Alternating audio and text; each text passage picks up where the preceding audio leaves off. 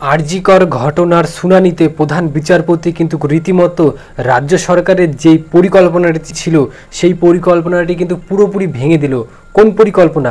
আমরা জানি আমাদের রাজ্য সরকারের বেশ কিছু নেতা এবার ওনারা কি করেছিল যে তিলোত্তমাদের কাহিনী বলে একটি শর্ট ফিল্ম তৈরি করেছিল।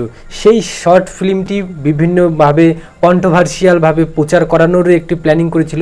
সেই প্ল্যানিংটিকে পুরোপুরিভাবে নষ্ট করে দিল বা পুরোপুরিভাবে ভেস্তে দিল আমাদের প্রধান বিচারপতি ডিওয়াই চন্দ্রচূড়।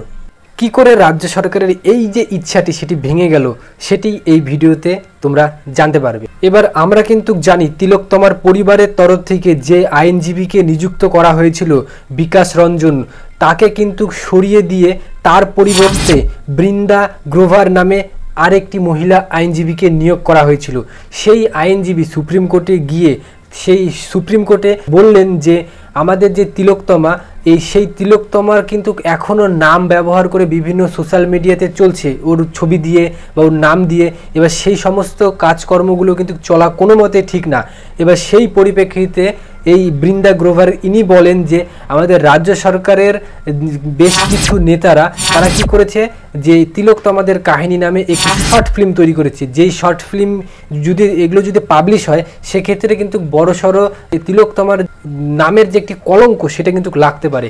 সেইটি যখন ইনফরমেশনটি যখন প্রধান বিচারপতির কাছে গেল তখন প্রধান বিচারপতি বললেন যে রাজ্য সরকারের ইমিডিয়েটলি এই সমস্ত যারা তিলোত্তমার নামের উপর বেস করে বিভিন্ন রকমের সোশ্যাল মিডিয়াতে ভিডিও বা কোনো রকমের শর্ট ফিল্ম তৈরি করছে সেগুলো কিন্তু অবিলম্বে বন্ধ করা উচিত। এই সমস্ত যেন আর কোনো মতে না চলে এই তিলোত্তমার কাহিনীর উপর বেস করে। তাই মনে করুন আজকের যেই শুনানিটি হলো সেই শুনানিতে কিন্তু রাজ্য সরকার যে একটি বড় রকমের ধাক্কা পেল বা রাজ্য সরকারের কিছু নেতারা যে বড় রকমের ধাক্কা পেল সেটি কিন্তু পরিষ্কারভাবে বোঝা যাচ্ছে।